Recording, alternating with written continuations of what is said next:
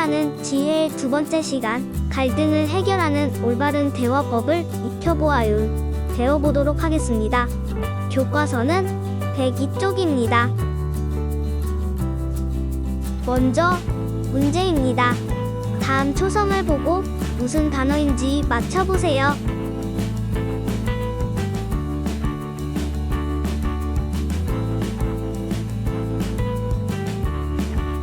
맞습니다. 정답은 의사소통입니다. 의사소통은 의사와 소통을 합친 말입니다. 그러니까 의사소통이 된다는 말은 각자의 생각이나 뜻이 서로 통한다는 뜻입니다. 사람들은 살아가면서 매 순간 의사소통을 해. 왜냐하면 사람은 다른 사람들과 떨어져 혼자서는 살기 힘든 사회적인 존재이기 때문입니다. 의사소통은 여러 가지 방법으로 할 수 있습니다. 이야기를 주고받는다고 했지만 의사소통이 말로만 이루어지는 것은 아닙니다. 내 마음이나 생각을 전달할 때 말로만 하지는 않습니다. 편지나 인터넷 채팅, 휴대전화 문자와 같이 글로도 서로의 의사를 주고받을 수 있습니다. 또 표정, 몸짓 등으로도 내 뜻을 전달할 수 있고 다른 사람의 뜻을 알 수도 있습니다. 그래서 의사소통은 서로에게 갈등 상황이 생겼을 때 더 중요하게 작용합니다. 의사소통만 분명하게 잘해도 문제를 효과적으로 해결할 수 있기 때문입니다. 먼저 의사소통을 방해하는 12가지 걸림돌을 알아보려고 합니다. 솔직하게 생각하면서 여러분은 몇 가지의 걸림돌 말과 행동을 했는지 생각해봅시다. 각자 몇 개가 해당되는지 세어보세요. 첫째, 명령하기입니다. 여러분은 누군가에게 명령하는 말투로 얘기한 적이 있나요? 상대방은 나와 동등한 사람입니다. 그런데 내가 지시하거나 지배하는 말투로 상대방에게 말한다면 상대방은 어떤 감정을 느낄까요? 반대로 누군가가 여러분에게 나 지우개 좀 빌려줄래? 가 아니라 야, 지우개 가져와라고 한다면 어떤 기분이 들까요?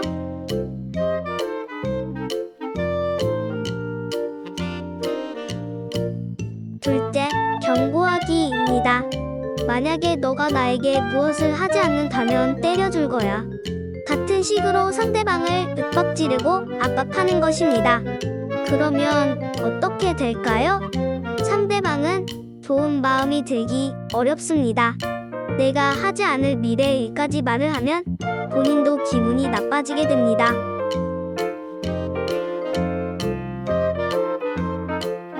셋째, 설교하기입니다. 설교라는 것은 좋은 뜻으로 해석할 수 있지만 과하면 불쾌함을 줄 수 있습니다. 친구가 여러분에게 너는 게임을 적당히 하는 게 좋을 것 같아.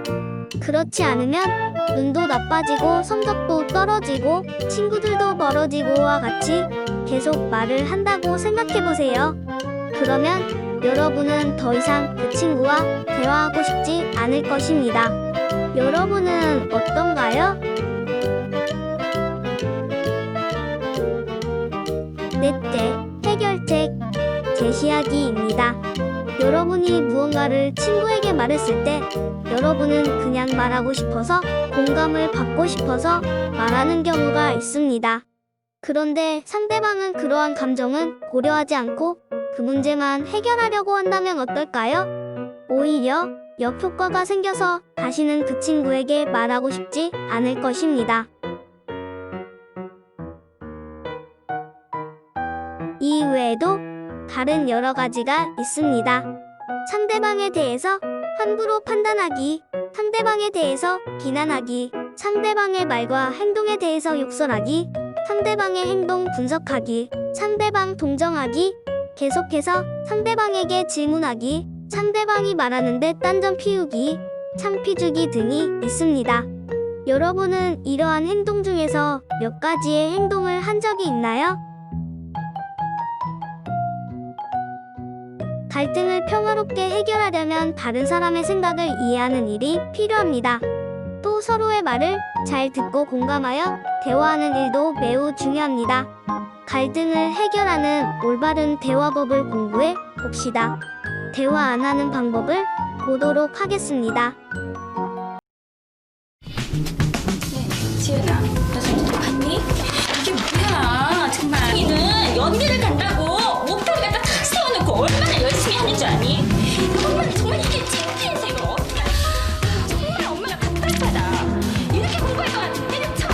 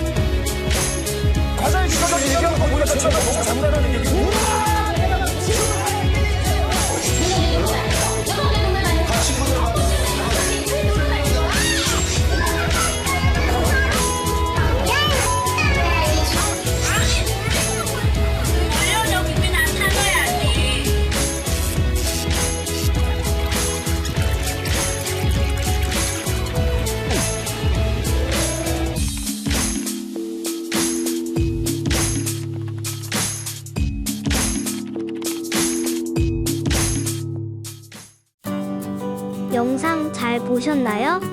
우리는 갈등을 대화로 해결하려고 노력합니다. 그러나 잘못된 대화는 더 큰 갈등을 불러오기도 합니다. 갈등을 해결하는 올바른 대화법이 무엇인지 생각해 봅시다. 그럼 지금부터 나에게 쓰는 편지 활동을 해보도록 하겠습니다. 방법은 다음과 같습니다. 다음 세 가지의 상황 중에서 한 가지 상황을 선택해 주세요. 그리고 그때 상대방의 입장에서 나에게 편지를 써보는 활동을 하도록 하겠습니다. 편지를 쓸 때에는 나 전달법을 통해서 표현해 주세요. 나 전달법은 상대방의 행동과 그 행동이 나에게 미친 영향을 구체적으로 상대에게 전달하는 표현법입니다. 이때 공격적이거나 비난하는 어조로 말해서는 안 됩니다. 먼저 사실을 있는 그대로 이야기합니다. 지난번에 너가 나의 물건을 깨트렸지. 기억나니? 와 같이 솔직하게 표현합니다. 둘째, 그때의 나의 감정을 이야기합니다.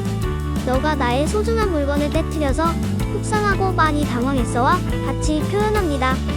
그리고 마지막으로 구체적인 바람을 이야기합니다. 물건은 깨트린 건 어쩔 수 없든 너가 나에게 정확하게 사과했으면 좋겠어와 같이 정확한 바람을 이야기합니다. 지금부터 잠시 멈춘 후 편지를 작성해 봅시다.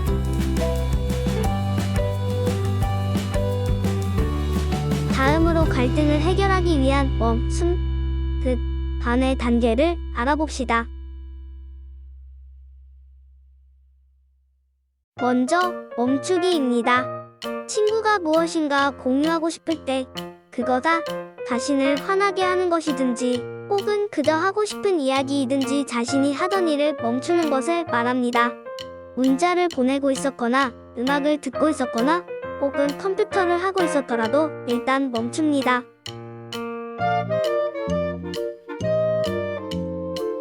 둘째, 숨쉬기입니다. 마음의 여유를 가지고 친구와의 대화에 집중할 수 있는 장소를 찾는 것입니다.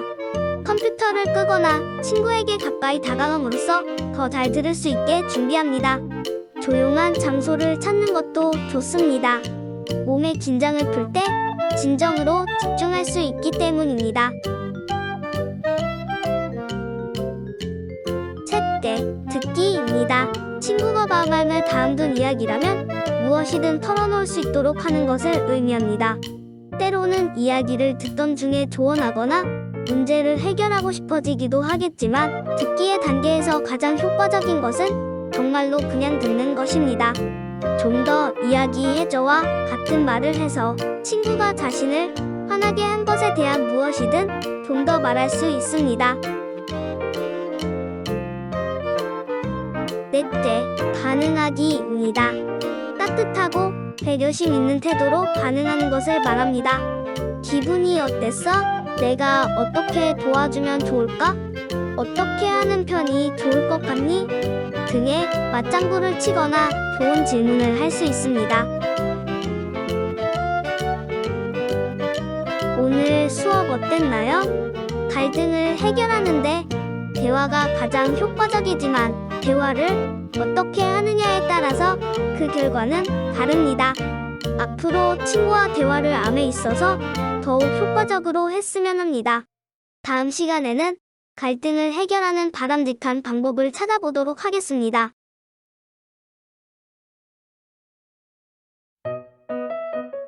먼저 크롬으로 구글에 들어갑니다. 로그인을 한 상태에서 계정 옆에 구글 앱을 눌러보면 다양한 것이 나오는데 그 중에서 젠보드를 클릭합니다.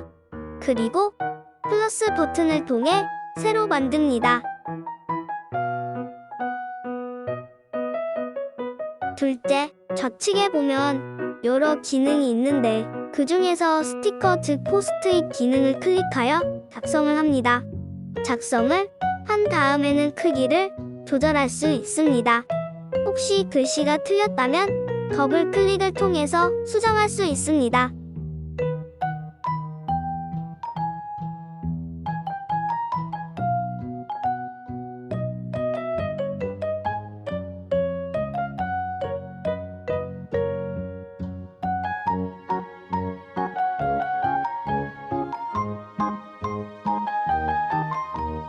셋째, 상단의 공유 버튼을 누르신 후 설정에 들어가셔서 링크를 받는 사람이 무엇을 할 수 있는지 설정합니다.